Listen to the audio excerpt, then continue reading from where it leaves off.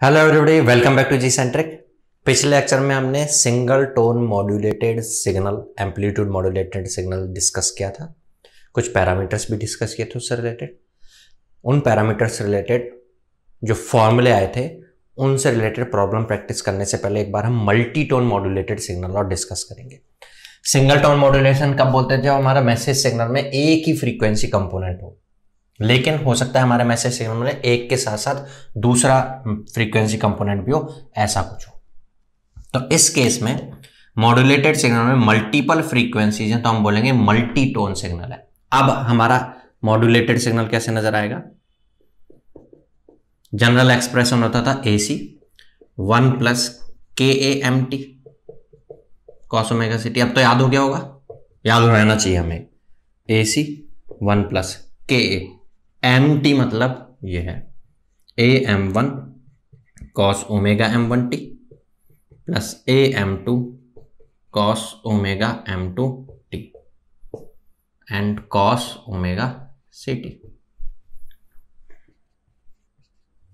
इसको अगर ओपन करें तो ये हो जाएगा KAAM1 cos omega M1T plus KAAM2 cos omega M2T और multiple with cos omega CT। आपको याद आ रहा है क्या? जब हम सिंगल टोन मॉड्यूलेशन की बात कर रहे थे तो AM के साथ K जो मल्टीपल आता था उसको हम म्यू कह देते थे। यहां पर भी AM अलग अलग हैं, AM1 और AM2।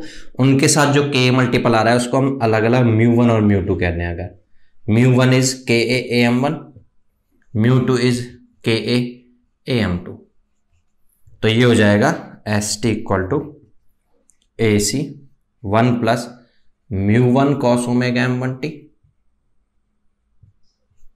Plus μ2 cos omega M2T cos omega CT। चलिए, अब ये जो सिग्नल बन रहा है, इस सिग्नल को स्पेक्ट्रम कैसा नजर आएगा ये हमें समझना है। तो उसके लिए एक बार इस cos ओमेगा CT को मल्टीपल कर दें अंदर, तो देखिएगा ST जो बनकर के आएगा। ये सीधे सीधे मैथमेटिक्स सिंपल अप्लाई हो रही है। मैथमेटिक्स भी नहीं, आप तो ये कहेंगे मल्टीप्लाई अंदर लिख रहे हो, आप कुछ कर भी नहीं रहे। AC cos omega CT। Next आ जाएगा AC μ1 cos omega M1T into cos omega CT। आप इसके साथ बाई 2 और कर दो तो 2 cos A cos B apply हो जाना है। 2 cos A cos B apply हो जाएगा तो एक हो जाएगा cos A + B means omega C plus omega M1T plus cos A - B means omega C minus omega M1T। और ऐसे ही दूसरी टर्म ये वाली बनेगी, तो ये बनेगा AC μ2/2 cos omega C plus omega M2T plus cos omega C minus omega M2T। ठीक है, ऐसा बनकर के आ गया। तो अब इस पर ध्यान दें, अगर हम इसका स्पेक्ट्रम बनाएं अब इस वाले सिग्नल का, तो मैं दो चीजों का स्पेक्ट्रम बना रहा हूं। कैरियर का स्पेक्ट्रम बार बार बना के क्या समझना हमें पता ही था। एक तो मैं स्पेक्ट्रम बना रहा हूं हमारे मैसेज सिग्नल का। अब इस केस में मैसेज सिग्नल में अगर हम देखें तो दो फ्रीक्वेंसी पर, इस वाले कंपोनेंट के लिए आप कहोगे FM1 फ्रीक्वेंसी होगी कोई, उस FM1 फ्रीक्वेंसी पर कंपोनेंट आ रहा होगा। FM1 और FM-(-) दोनों पर आएगा और वैल्यू कितनी आएगी इसकी? AM1/2। कॉफिशिएंट का हाफ आती थी ना। दूसरा आएगा FM2 पर। FM2 हो सकती है FM1 से कम हो सकता है FM2 FM1 से ज्यादा हो। अभी हाल फिलहाल मैं ज्यादा कंसीडर कर ले रहा हूं, FM2 थोड़ा ज्यादा है। FM2 पर आएगा और FM2 के नेगेटिव मीन्स माइनस FM2 पर आएगा। कितनी वैल्यू के साथ आएगा? AM2/2 के साथ आएगा। AM2/2, AM2 हो सकता है AM1 से ज्यादा हो, अभी मैं ऐसे मान के चला हूं, हो सकता है कम भी हो, तो नीचे मैं कंसीडर कर लूंगा AM2/2। क्लियर है? ये मैसेज सिग्नल का स्पेक्ट्रम हो गया। अब हम मॉड्यूलेटेड सिग्नल का स्पेक्ट्रम समझ रहे हैं। मॉड्यूलेटेड सिग्नल में हम देखें तो एक तो कंपोनेंट ये वाला कॉस कंपोनेंट है, तो ये आएगा FC पर, तो FC और -FC पर। कितनी हाइट के साथ होगा ये AC/2 के हाइट के साथ होंगे। ठीक है। दूसरा आएगा ये FC प्लस FM1 पर, ये वाला, तो तो एफ सी में ये एफ एम वन और प्लस हो जाएगा, F C plus F M one पर कितना आएगा, A C mu one by two, और म्यू वन क्या था, म्यू वन था के A into A M one. ठीक है, तो इसकी जो भी वैल्यू होगी आप ऐसे समझ सकते हो, ए सी से हाफ हो रही होगी, ए सी बाई टू, मतलब ए सी बाई टू के साथ म्यू वन और मल्टीप्लाई होगा। हम म्यू वन को और म्यू टू को भी लेस देन वन ही, जैसे modulation index less than one होता था, ऐसे ये इंडिविजुअल है, इनको भी लेस देन वन कंसीडर कर रहे हैं, तो इससे तो कम होगा ये F C plus F M one, और F C plus F M one की negative value minus F C minus F M one पर होगा। कितनी हाइट के साथ होगा, ये होगा A C by two into mu one, और बाई टू और होना है, सॉरी जो भी ए सी था तो इसका बाई टू आता, तो इसका बाई टू और होगा तो बाय 4 हो जाएगा।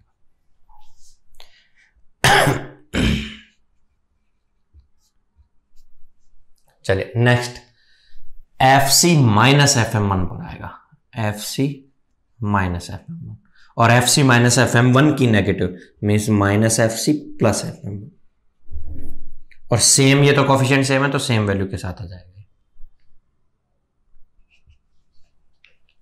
नेक्स्ट, ये भी कंपोनेंट है, F C plus F M two, F C में एफ एम टू ऐड करना है, एफ एम वन से तो ज्यादा है ना एफ एम टू, तो एफ सी में एफ एम टू ऐड करेंगे तो आगे आएगा F C plus F M two की नेगेटिव वैल्यू पर भी आएगा। कितनी हाइट का आएगा, यह आएगा A C into mu two by two का by two, A C into mu two by two में म्यू टू जो है वो म्यू वन के इक्वल है या ग्रेटर है या लेस है, ये इस पे डिपेंड करेगा कि A M one A M two से ग्रेटर है या लेस है या, तो हमने यहाँ पे A M two greater consider करके चले, इसलिए म्यू टू जो होगा वो म्यू वन से ग्रेटर होगा, इसलिए ए C mu one by four के बजाय ए C mu two by four कुछ ज्यादा होगा, और इसी की नेगेटिव वैल्यू पर भी आ रहा है कुछ ज्यादा। एक F C minus F M two पर होगा, F C minus F M two पर होगा, ठीक है, और F C minus F M two की नेगेटिव वैल्यू पर होगा, नेगेटिव हो गया। कितनी हाइट का होगा, उतनी हाइट का होगा, A C into mu two by four, A C into mu two by four.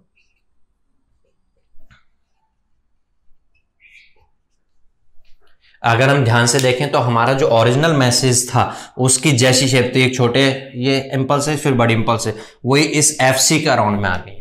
F C का राउंड में ये जो आया एफ सी से ज्यादा, ये अपर साइड बैंड में एक नहीं बल्कि दो कंपोनेंट आ गए, ये लोअर साइड बैंड में कंपोनेंट है, ये अपर साइड बैंड है और ये लोअर साइड बैंड है, और ये कैरियर कंपोनेंट है। एएम में जनरल एएम में कैरियर कंपोनेंट होता था, अपर साइड बैंड होता था। अगर हमारा ओरिजिनल मैसेज सिग्नल एक ही फ्रीक्वेंसी है तो अपर साइड में एक ही फ्रीक्वेंसी है, दो है तो दो आई, अगर दो की बजाय तीन मल्टीटोन्स में तीन फ्रीक्वेंसी तीन आ जाती है, 5 होती है 10 होती है, सारी अपर साइड बैंड में आ जाती है, सेम शेप को फॉलो करके आ रही होंगी, एक छोटा है दूसरा बड़ा है तो ये छोटा है दूसरा बड़ा है, ऐसे ही फिर लोअर साइड बैंड में भी आ रहा है। तो आप समझ सकते हो बिल्कुल सेम वही सब कुछ चीजें हैं। सिंगल टोन में एक टोन आ रही थी, मल्टी टोन में 2 टोन आ गए या और मल्टीपल टोन्स आ जाएंगे। तो अगर हम जनरल बात करें, जनरल हम मैसेज सिग्नल की बात करते हैं, मैं कहता हूं कि मैसेज सिग्नल साइनोसॉइडल नहीं, मैं तो मेरे वॉइस सिग्नल की बात करूं, मेरा वॉइस सिग्नल। चलिए, तो वॉइस सिग्नल का स्पेक्ट्रम कैसा होगा, एमएफ कैसा होगा, ये समझना है मेरे को। तो मैं तो एक जनरल केस लेकर के चलूंगा, मैं मेरे वॉइस की बात नहीं कर रहा, मैं जनरल किस तरह का हो सकता है वो समझ रहा हूं, और जो लॉजिकली सही भी हो ऐसा दिखाना चाह रहा हूं मैं आपको। तो मैं मैसेज के बारे में बात करूं, पहला मेरे माइंड में आना चाहिए कि मैसेज सिग्नल जो होता है जनरल, वो पीरियोडिक होता है या अपीरियोडिक होता है, पीरियोडिक होता है या अपीरियोडिक होता है। आप इस क्वेश्चन का रिप्लाई करेंगे, मैसेज सिग्नल पीरियोडिक होता है या अपीरियोडिक होता है, मैसेज सिग्नल पीरियोडिक होता है या अपीरियोडिक होता है, मैसेज सिग्नल पीरियोडिक होता है या अपीरियोडिक होता है। जिंदगी भर अगर मैं यही बोलता रहूं तब तो पीरियोडिक है भाई, मैं आपसे बातचीत जो कर रहा हूं मेरी मैसेज है जिसको मैं ट्रांसमिट कर रहा हूं आपके पास। अगर मैं एक ही चीज बार बार थोड़े टाइम के बाद रिपीट करता रहूं तब तो वो पीरियोडिक है, लेकिन प्रैक्टिकली ऐसा थोड़ी होता है, ऐसा नहीं होता ना, इसका मतलब अपीरियोडिक होता है, पीरियोडिक नहीं होता। प्रैक्टिकली हम बात करें तो general message signal is aperiodic. Second case, continuous time होता है या डिस्क्रीट टाइम होता है। अगर हम मैसेज सिग्नल की बात करें तो हमने समझा था वॉइस सिग्नल के लिए टाइम के साथ अकॉस्टिक प्रेशर जो होता है वो कैसे होता है, तो वो ऐसे होता है, ऐसे होता है, या कंटिन्यूसली मैं बोलता चल रहा हूं, कुछ ना कुछ प्रेशर से जनरेट होते चल रहे हैं, कंटिन्यूसली हो रहा है, ऐसा थोड़ी है कि बीच में हुआ फिर कुछ नहीं है, फिर बीच में फिर कुछ नहीं। अगर ऐसा होता तो डिस्क्रीट है, लेकिन ऐसा तो नहीं है ना, जिसका मतलब ये कंटिन्यूस टाइम सिग्नल होता है। मैसेज सिग्नल जो होता है वो कंटिन्यूस टाइम सिग्नल होता है, डिस्क्रीट टाइम सिग्नल नहीं होता है। थर्ड थिंग, मैसेज सिग्नल की अगर हम बात करें तो ये समझ चुके थे हम, समझी भली हुई बात है हमारी कि ये बेस बैंड सिग्नल होता है, मींस लोअर फ्रीक्वेंसी, ये तो समझा था हमने। तो ये हम जो भी बनाऊंगा मैं मैसेज का, वो ऐसा होना चाहिए कि मैं बेस बैंड बनाऊं, बेस बैंड बनाऊं, मैं बेस बैंड बनाऊं, इसका मतलब जीरो फ्रीक्वेंसी के आसपास मैं बात करूं, जीरो पर लेकर के जीरो से किसी वैल्यू तक ले सकता हूं, या जीरो के आसपास किसी वैल्यू से किसी वैल्यू तक पहुंच सकता हूं। तो इसलिए अगर मैं मैसेज सिग्नल का स्पेक्ट्रम ऐसा शो कर देता हूं तो क्या ये करेक्ट हूं? देखो मैंने बेस बैंड शो किया, मींस एक पर्टिकुलर फ्रीक्वेंसी से आगे नहीं है, बेस बैंड है ये। कंटिन्यूस जो सिग्नल कंटिन्यूस होता है, कंटिन्यूस का पेयर किसके साथ बनता था, पीरियोडिक या एपीरियोडिक? कंटिन्यूस का पेयर एपीरियोडिक के साथ, वो एपीरियोडिक बनना चाहिए। तो मैंने जो शेप बनाई है वो आगे वापस रिपीट होते हुए नहीं दिख रही, एपीरियोडिक बनाई है मैंने। जो टाइम डोमेन में कंटिन्यूस है वो फ्रीक्वेंसी डोमेन में एपीरियोडिक होना चाहिए, बनाया मैंने एपीरियोडिक। दूसरा, एपीरियोडिक का पेयर किसके साथ होता है? अभी तो बोला हमने कंटिन्यूस का एपीरियोडिक, एपीरियोडिक का कंटिन्यूस। डिस्क्रीट होता तो पीरियोडिक के साथ पेयर बनता। एपीरियोडिक, एपीरियोडिक का मतलब कंटिन्यूस। तो देखिए मैंने फ्रीक्वेंसी डोमेन कंटिन्यूस बनाया, ऐसा नहीं कि झटक बीच बीच में फ्रीक्वेंसी स्पेक्ट्रम बनाया, कंटिन्यूस बनाया। तो मैं ऐसा मान सकता हूं। आप अगर इसकी बजाय कभी ऐसा माने, मतलब मैं ऐसा मान लूं अगर, तो भी चलेगा। देखिए एपीरियोडिक है इसलिए कंटिन्यूस है, क्योंकि कंटिन्यूसली एपीरियोडिक बनाया मैंने और बेस बैंड बनाया। मतलब आप कोई भी जैसा चाहे मैसेज का आगे से स्पेक्ट्रम कंसीडर कर सकते हैं, बस आप बेस बैंड मानिएगा उसको, आप कंटिन्यूस ड्रॉ कीजिएगा उसको, क्योंकि मैसेज इन जनरल कैसा होता है, एपीरियोडिक होता है और पीरियडिकली रिपीट होते हैं, नहीं बनाना है आपको। तो आप बोलोगे कि फिर ये कैसे, ये तो नहीं है, ये तो डिस्क्रीट आ रहा है, क्योंकि ये जो सिग्नल हम लेकर के चल रहे हैं ये जनरल मैसेज सिग्नल नहीं है, बल्कि ये तो एक हमने मान लिया है कि मान लो मैसेज सिग्नल साइनोसोडल है, एक नहीं बल्कि मल्टीपल टर्म्स के साथ साइनोसोडल है। तो साइनोसोडल एक टर्म हो या मल्टीपल साइनोसोडल टर्म्स हो, रिजल्टेंट सिग्नल तो पीरियोडिक होता है ना, इसलिए डिस्क्रीट नजर आ रहा है। क्लियर हुई बात है?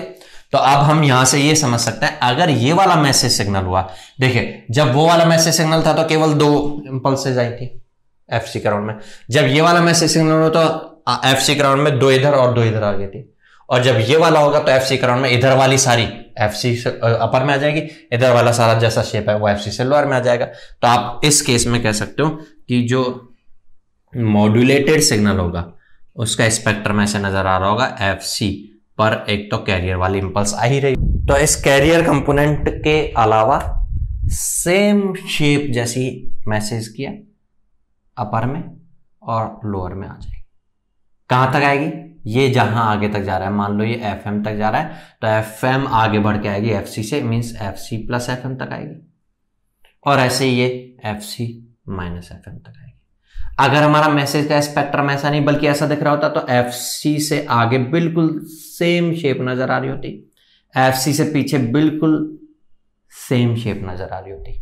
हमने यही तो ऑब्जर्व किया सिंगल टोन और मल्टीटोन को देखते टाइम पे।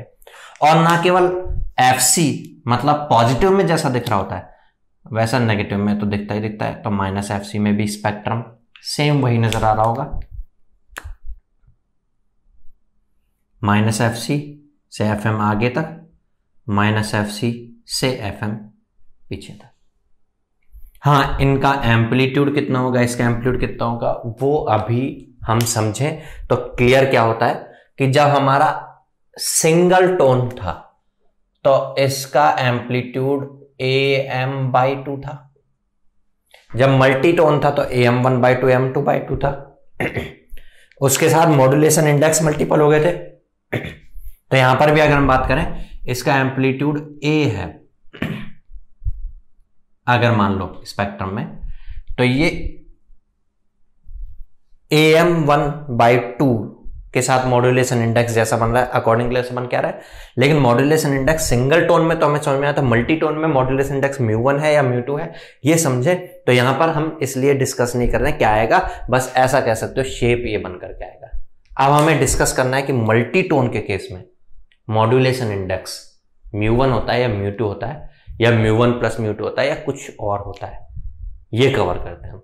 अगर ये डिस्कस कर लिया हमने तो हमें समझ में आ जाएगा कैसा भी सिग्नल हो कैसे मॉड्यूलेशन इंडेक्स से किस तरह से रिलेटेड होता है। तो चलिए हम modulation index for multitone signal को समझने जा रहे हैं। मल्टीटोन के केस में मॉड्यूलेटेड सिग्नल का एक्सप्रेशन यही बन करके आया, अभी समझा हमने। ऐसा कब आया? जब हमने मैसेज सिग्नल ये कंसीडर किया। कैरियर तो वही है, चाहे मल्टीटोन हो या सिंगल टोन या कैसा भी मैसेज हो, कैरियर सिग्नल तो यही कंसीडर करके चल रहे हम। अच्छा, एक जनरल रिलेशनशिप आया था कि modulated signal amplitude modulated signal के केस में total transmitted power modulation index से रिलेटेड होती है, मॉड्यूलेशन इंडेक्स से रिलेटेड होता है। अगर मॉड्यूलेशन इंडेक्स हमें कैलकुलेट करना है तो टोटल ट्रांसमिटेड पावर और कैरियर पावर हमें पता हो तो कैलकुलेट कर सकते हैं। सिंगल टोन की बजाय अगर मल्टी टोन मॉड्यूलेटेड सिग्नल है तो उस केस में अगर टोटल ट्रांसमिटेड पावर कैलकुलेट करके रख लिया जाए, कैरियर पावर तो कैरियर वही है, सेम रहने वाला है, कैरियर पावर हम यूज में ले ही सकते हैं। वो टोटल ट्रांसमिटेड पावर कैलकुलेट करके रख लिया जाए तो मॉड्यूलेशन इंडेक्स भी हमारे सामने क्लियर हो जाएगा। तो अब हम कैलकुलेट, हमारा ऑब्जेक्टिव तो था कि इस केस में मॉड्यूलेशन इंडेक्स क्या रखना है, हमें μ1 रखना है कि μ2 रखना है, μ1 प्लस μ2 रखना है, यही था हमारा ऑब्जेक्टिव। वहां तक पहुंचने के लिए हम टोटल ट्रांसमिटेड पावर इस केस में, वैसे तो यही होता है रिलेशनशिप, लेकिन हम कैलकुलेट और करके रख लें क्या बनता है। चलिए देखिएगा, यहां पर इस केस में इस वाले सिग्नल का पावर AC²/2, इस कंपोनेंट का पावर जाएगा AC² μ1² का स्क्वायर 4 और फिर बाई 2 और आना है 8 हो जाना है। लेकिन इसका भी सेम बनना है तो 8 और 8 को डबल, ये 1/8 और 1/8 को डबल करके 1/4 कर दिया हमने। नेक्स्ट इसका पावर हो जाएगा AC² μ2² 4 और बाई 2 करोगे तो 8 और इसका भी बाई 2 करोगे 8, तो दोनों ऐड करके बाई 4। एग्री यहां तक? AC²/2 मैंने कॉमन आउट लिया, 1 प्लस यहां बन जाएगा μ1²/2 μ2²/2। AC²/2 क्या है? PC। 1 प्लस दोनों में से मैं 2 कॉमन आउट ले सकता हूं तो बन जाएगा μ1² प्लस μ2²/2। ये PT बन रहा है। वैसे तो ऐसे बोलना चाहिए मुझे कि PT बनना चाहिए जनरल रिलेशनशिप के हिसाब से PC इंटू 1 प्लस μ²/2, लेकिन यहां बन रहा है PT = PC। बिल्कुल ऐसा नजर आ रहा है, 1 प्लस बाई 2 भी नजर आ रहा है, लेकिन यहां μ1 की बजाय μ² के बजाय μ1² प्लस μ2² आ रहा है। अगर कंपेयर कर लें हम तो कह सकते हैं कि μ² = μ1² प्लस μ2²। मैं कह रहा था कि जो रिजल्टिंग मॉड्यूलेशन इंडेक्स होगा वो μ1 होगा या μ2 होगा या μ1 प्लस μ2 होगा। नहीं, रिजल्टिंग मॉड्यूलेशन इंडेक्स तो μ1 प्लस μ2 नहीं होगा, बट रिजल्टिंग मॉड्यूलेशन इंडेक्स का स्क्वायर μ² के स्क्वायर और μ2² के एडिशन के इक्वल होगा। μ1 और μ2 का एडिशन μ नहीं बनेगा, बल्कि μ1 के स्क्वायर और μ2 के स्क्वायर का एडिशन रिजल्टिंग μ का स्क्वायर। तो आप यहां से कह सकते हैं μ = μ1² प्लस μ2² रूट। क्लियर होती है बातें? तो हम रिजल्टिंग मॉड्यूलेशन इंडेक्स, अब मल्टी टोन में ऐसे μ1 μ2, अगर तीसरी टोन भी होती उसका μ3 हो रहा होता, μ3 वैसे क्या बनता? KA-AM3। भाई KA-AM1 μ1 बना, KA-AM2 μ2 बना। अगर तीसरे कंपोनेंट का एम्पलीट्यूड कुछ और है, KA×AM3 μ3 बन जाएगा। तो फिर उस केस में resulting modulation index μ1² plus μ2² plus μ3² का रूट हो जाएगा। बट मतलब आपको करना क्या है कि सिंगल टोन की बजाय मल्टी टोन हो तो बस आपको रिजल्टिंग म्यू फाइंड करना है, कैसे वो समझ में आ गया अगर, तो बाकी सारी चीजें क्लियर हैं। अब रिजल्टिंग म्यू फाइंड कर लिया है अगर हमने, तो इस फॉर्मूले पे ना चलें, हम तो रिजल्टिंग म्यू वाला ये अप्लाई कर देंगे। हमें नीटा की जरूरत पड़ी तो रिजल्टिंग म्यू से जो रिजल्टिंग म्यू आएगा वो μ1 और μ2 से कैलकुलेट कर लिया हमने, μ/2 प्लस μ², इसकी हेल्प से कैलकुलेट कर लेंगे हम। नीटा परसेंटेज में भी ऐसे कैलकुलेट हो जाएगा। वोल्टेज या करंट का रिलेशनशिप में भी बस ये रूट होकर के पीसी के साथ वीसी के साथ रिलेटेड होकर वीटीवीसी हो जाए। सेम वही सारी चीजें जो है यहाँ पर मल्टीटोन में इसी तरीके से अप्लाई हो जाएंगी। हमने एम्पलीट्यूड मॉड्यूलेटेड सिग्नल के क्वेश्चंस प्रैक्टिस करने से पहले क्या समझ लिया है? हमने समझ लिया है कि इस केस में जो मॉड्यूलेटेड सिग्नल होता है उसमें कैरियर कंपोनेंट होता है। ऊपर आप कैरियर से अपर में साइड बैंड में मैसेज की जैसी शेप होती है वो प्लस में 1 है 2 है या फिर कंटिन्यूस में वो सारे आते हैं, और उससे लोअर साइड बैंड में आते हैं। लोअर साइड बैंड का अपर साइड बैंड का एक पावर होता है, कैरियर का एक पावर होता है, टोटल ट्रांसमिटेड पावर होता है, इन्फॉर्मेटिव कितना परसेंटेज होगा, कितना पार्ट होगा, मॉड्यूलेशन इंडेक्स से रिलेटेड कैसे होता है वो हमने समझ लिया है। अब कुछ छोटी मोटी चीजें और रह गई इन पैरामीटर से रिलेटेड, उनको हम डिस्कस करेंगे, लेकिन अभी इससे रिलेटेड प्रॉब्लम प्रैक्टिस कर लेते हैं। मैंने पिछले लेक्चर में बोला था कि हम प्रॉब्लम प्रैक्टिस करने वाले हैं, लेकिन मल्टी टोन को और डिस्कस कर लिया है, क्योंकि हो सकता है हमें मैसेज ऐसा दिया जाए कभी, तो एक बार डिस्कस कर लें, फिर उसके बाद प्रॉब्लम प्रैक्टिस करें।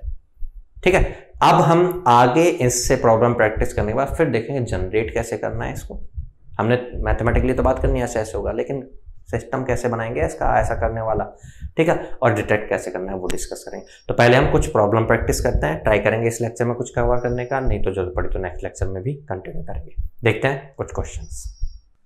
चलिए, तो ये 3 प्रॉब्लम हमारे सामने, तीनों प्रॉब्लम्स को डिस्कस करते हैं। काफी जो हमने पैरामीटर्स पढ़े हैं वो कॉन्फिडेंस में आएंगे, हमारे थोड़ा सा कॉन्फिडेंस बिल्डअप हो जाएगा।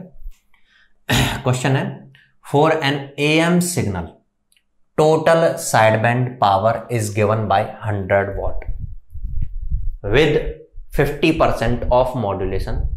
Find total AM transmitted power. Question को रीड किया, देखा हमने क्या क्या हमें क्वेश्चन में गिवन है। चलिए, ये जो 50% गिवन है, क्या गिवन है? परसेंटेज, कितना मॉड्यूलेशन का परसेंटेज है। परसेंटेज ऑफ मॉड्यूलेशन से आप मॉड्यूलेशन इंडेक्स समझ सकते हैं, इसका मतलब कितना रहा होगा?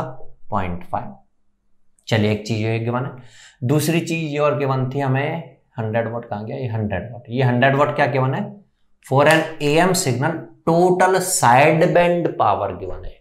ये टोटल ट्रांसमिटेड पावर नहीं गिवन है, बल्कि ये total side band power given है। और टोटल साइड बैंड पावर जो होती थी, जो कि होती थी AC² μ² / 4 एक साइड, और दूसरी AC² μ² / 4 दूसरे साइड बैंड की पावर, तो / 8, तो दोनों का टोटल करेंगे / 4 हो जाती थी। ये गिवन है हमें।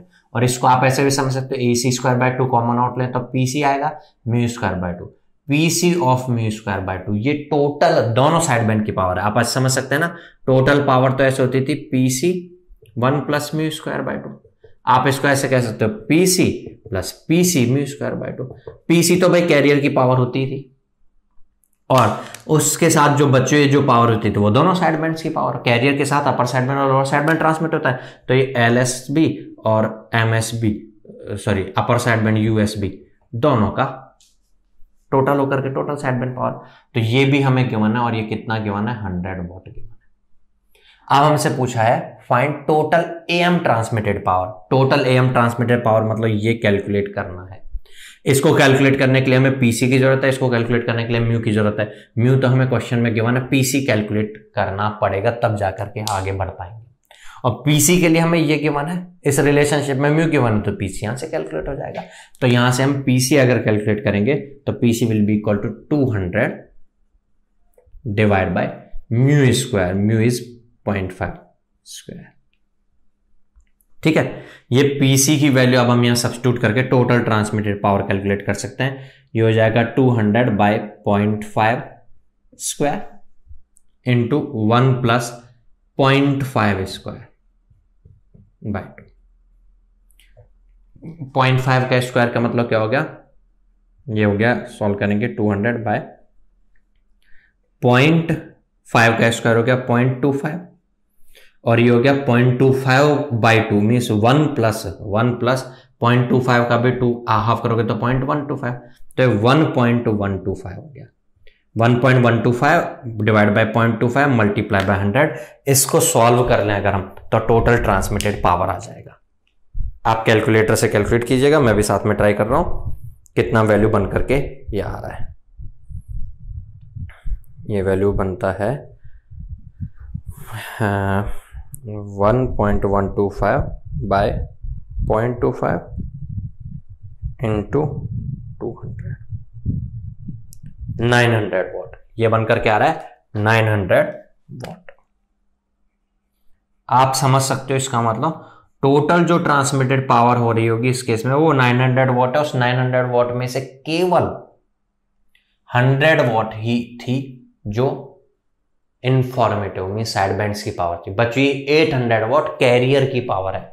आप समझ भी सकते हो, आप कैरियर की पावर कैलकुलेट करना चाहते हो, कैरियर की पावर यह है 200 बाय 0.25, 200 बाय 0.25 करोगे मीन 4 गुना 200 का 800 वाट जो है वो कैरियर की पावर है। 100 वाट साइड बैंड की पावर थी, टोटल पावर 900 वाट आ रही है। चलिए यहां से एक ये भी क्लियर हुआ होगा आपको कि जब हमने कैरियर की पावर कैलकुलेट कर ही लिए 800 वोल्ट, तो हम इस फॉर्मूले पर जाने के बजाय, कैलकुलेशन में पढ़ने के बजाय 800 वोल्ट कैरियर की पावर और 100 वोल्ट दोनों साइड बैंड्स की पावर डायरेक्ट 900 वोल्ट ऐसे भी बोल सकते थे।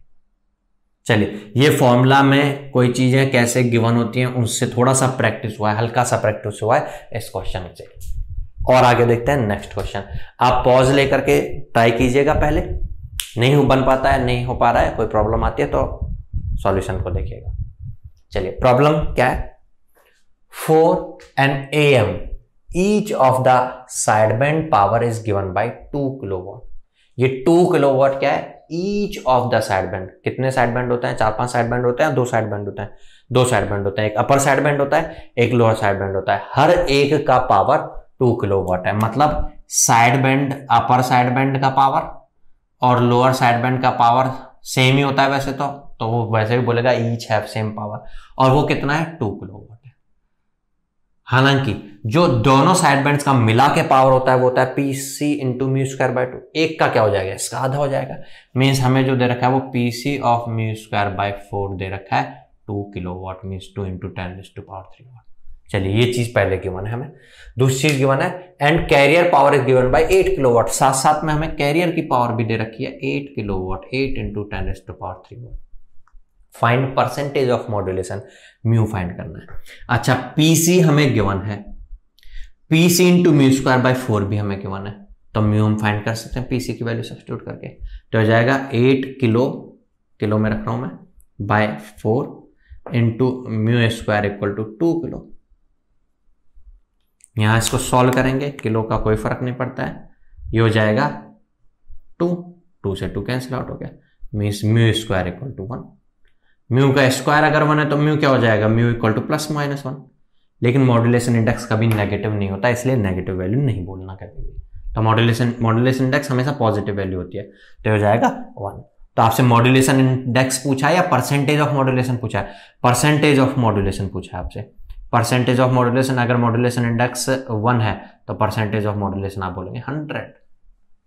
1 अगर आपने आंसर फीड कर दिया, न्यूमेरिकल आंसर टाइप क्वेश्चन हुआ और आपने समझा कि हाँ मॉड्यूलेशन इंडेक्स फाइंड करना था, परसेंटेज ऑफ मॉड्यूलेशन इंडेक्स से रिलेटेड था, सर ने बोला था, 1 फीड करके आगे वहीं गड़बड़ हो जाएगा। परसेंटेज की फॉर्म में पूछा है तो परसेंटेज बोलना है हमें 100%। मान लो म्यू आ रहा होता 0.8 तो आप 80% बोलते। क्लियर हुई होगी बातें? चलिए नेक्स्ट प्रॉब्लम देखते हैं। नेक्स्ट प्रॉब्लम जो है वो इस बेसिस पे डिस्कस कर रहा हूं मैं कि यहां पर हमें सारे पैरामीटर्स फाइंड करने हैं। तो इस क्वेश्चन को करने के साथ कौन कौन से पैरामीटर्स होते थे वो एक बार रिमाइंड हो जाएंगे। ये भी तो ध्यान रहे मैं, हाँ कौन कौन से होते थे। अगर ये ध्यान रहेगा कौन कौन से होते थे तो बिल्कुल एक बार रिवीजन मोड में आएगा क्या कौन से को कैसे कैलकुलेट करना होता था, तो सारा पैरामीटर्स रिवाइज हो जाएंगे। इसलिए इस क्वेश्चन को डिस्कस कर रहे हैं। चलिए तो ध्यान देते हैं। क्वेश्चन है ए कैरियर सिग्नल 10 cos 2π इंटू 10⁻60। हमें इसका मतलब कैरियर सिग्नल दे रखा है 10 cos 2π into 10⁻60 is amplitude modulated by message signal. Means हमें एमटी दे रखा है message signal 4 cos 4π into 10⁻3t। आगे बढ़ने से पहले कुछ और चीजें, चलो आगे एक चीज और आगे बढ़ते बढ़ते दिख रहा है with 50% of modulation, means mu दे रखा है 0.5। आगे बढ़ने से पहले मैं कुछ चीजें पूछ लूं आपसे। क्या आप AC बता पा रहे हैं कैरियर का एम्पलीट्यूड? क्या आप AM बता पा रहे हैं मैसेज का एम्पलीट्यूड? क्या आप FC बता पा रहे हैं कैरियर की फ्रीक्वेंसी? क्या आप FM बता पा रहे हैं मैसेज की फ्रीक्वेंसी? AC में पूछूं तो आप बोलोगे कैरियर का एम्पलीट्यूड इज 10। AM में पूछूं तो आप बोलोगे मैसेज का एम्पलीट्यूड इज 4। मैं बोलूं कैरियर की फ्रीक्वेंसी तो आप कैरियर फ्रीक्वेंसी डिवाइड बाय 2π करके बोल दोगे 10⁻6। मैं बोलूं मैसेज की फ्रीक्वेंसी तो मैसेज की फ्रीक्वेंसी डिवाइड बाय 2π करके बोलोगे 2 इंटू 10⁻3। 2 इंटू 10⁻3। चलिए ये चीज और मिल गई हमें यहां से। एंटेना रेजिस्टेंस भी दे रखा है। जो एंटेना है जिसके थ्रू हम इसको रेडिएट कर रहे हैं, हमारे सिग्नल को ट्रांसमिट कर रहे होंगे, उसका रेजिस्टेंस हमें दे रखा है 5 ओम। रेजिस्टेंस वैल्यू कितनी दे रखी है? 5 ohm. Find all parameters of AM के सारे पैरामीटर्स फाइंड करने हैं हमें। तो एक बार माइंड में घुमाते हैं कौन कौन से पैरामीटर्स होते थे।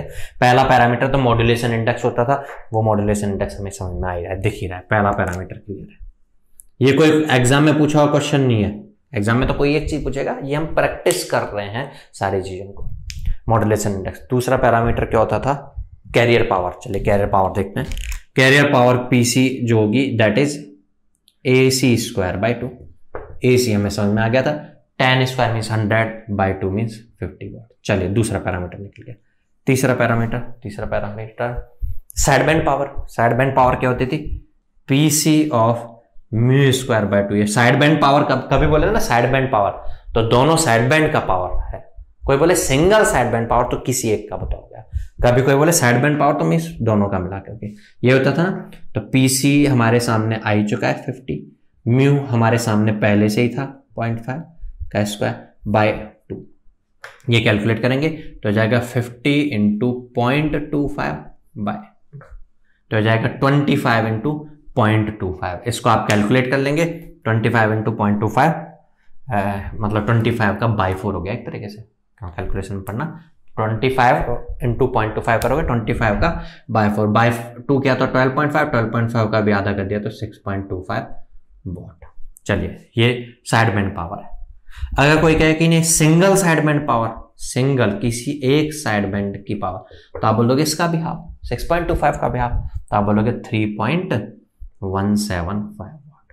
चलिए बहुत सारे पैरामीटर निकलते चल रहे हैं। आप बोलोगे पैरामीटर देखिए डिस्कस पे 3-4 ही कहते हैं, उनके बीच में ये डिस्कशन में आए थे ना, तो मैं केवल आपको ये क्वेश्चन रिमाइंड करवाने के लिए कर रहा हूं, ठीक है। नेक्स्ट उसके बाद क्या आता है, एक total transmitted power.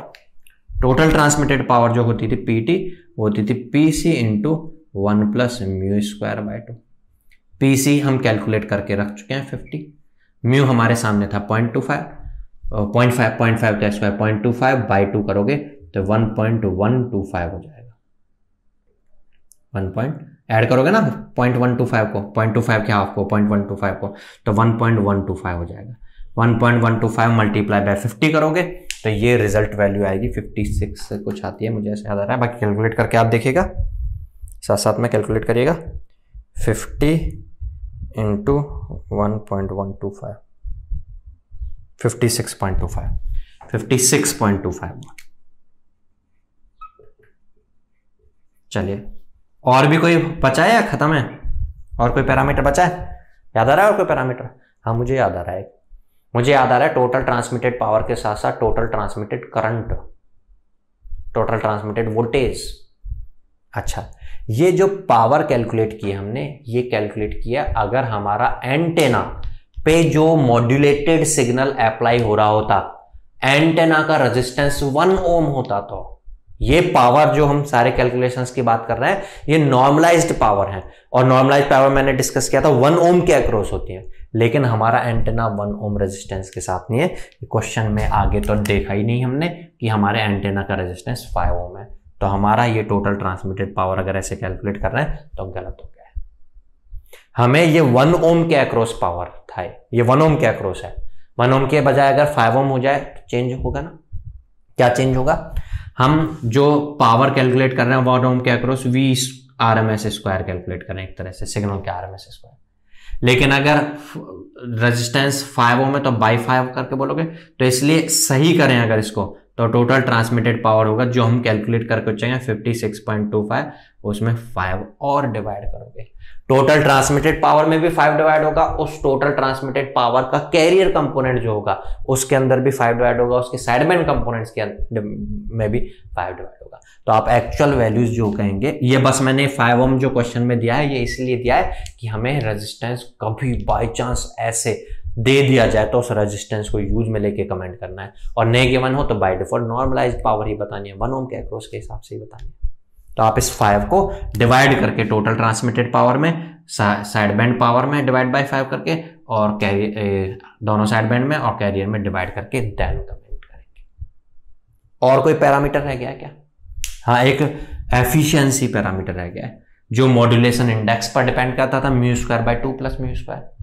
Mu square means 0.5 का स्क्वायर बाय 2 प्लस 0.5 का स्क्वायर, मीन्स हो जाएगा 0.25 डिवाइड बाय 2.25। परसेंटेज में चाहिए तो 100 से मल्टीप्लाई करके बोल दोगे, ठीक है। इसको कैलकुलेट और करके देख लेते हैं। 0.25 डिवाइड बाय 2.25 कितना बनता है? 0.25 डिवाइड बाय 2.25 ये 0.1111 बनता है। मीन्स अगर परसेंटेज में बोलें, परसेंटेज एफिशिएंसी, तो आप 11.11% बोल देंगे।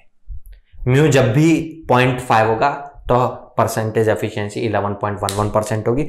मीन्स 100 वॉट में से 11.11 वॉट ट्रांसमिटेड पावर जो होगी वो इंफॉर्मेटिव होगी। बची हुई 89 के आसपास जो वॉट है, 88.89 वॉट जो है वो हमारी पावर यूजफुल नहीं होगी, कैरियर पावर होगी। और कोई पैरामीटर रह गया हो तो ध्यान देते चलें। और कोई पैरामीटर रह गया क्या? कंप्लीट है? वोल्टेज और करंट और आप साथ में कह सकते थे, तो आप कुछ नहीं करना, 1 प्लस म्यू स्क्वायर बाय 2 का रूट कैलकुलेट कर देना है हमें। और फिर या आप जब टोटल ट्रांसमिटेड पावर कैलकुलेट कर चुके हैं तो उसका रूट कैलकुलेट कर देना है, बट उसमें आर मल्टीप्लाई और होगा, अब आर मल्टीप्लाई होगा तो इसके हिसाब से कैलकुलेट कर लेना है। ठीक है, तो ये पैरामीटर्स को रिमाइंड करवाने के लिए क्वेश्चन डिस्कस किया था मैंने। ठीक है, क्लियर हुई होगी बात है? तो अभी हम और भी प्रॉब्लम प्रैक्टिस करेंगे इससे रिलेटेड, बट ये लेक्चर लंबा हो जाएगा। अगले लेक्चर में हम कुछ और प्रॉब्लम के साथ मिलते हैं। तब तक के लिए गुड बाय, थैंक यू।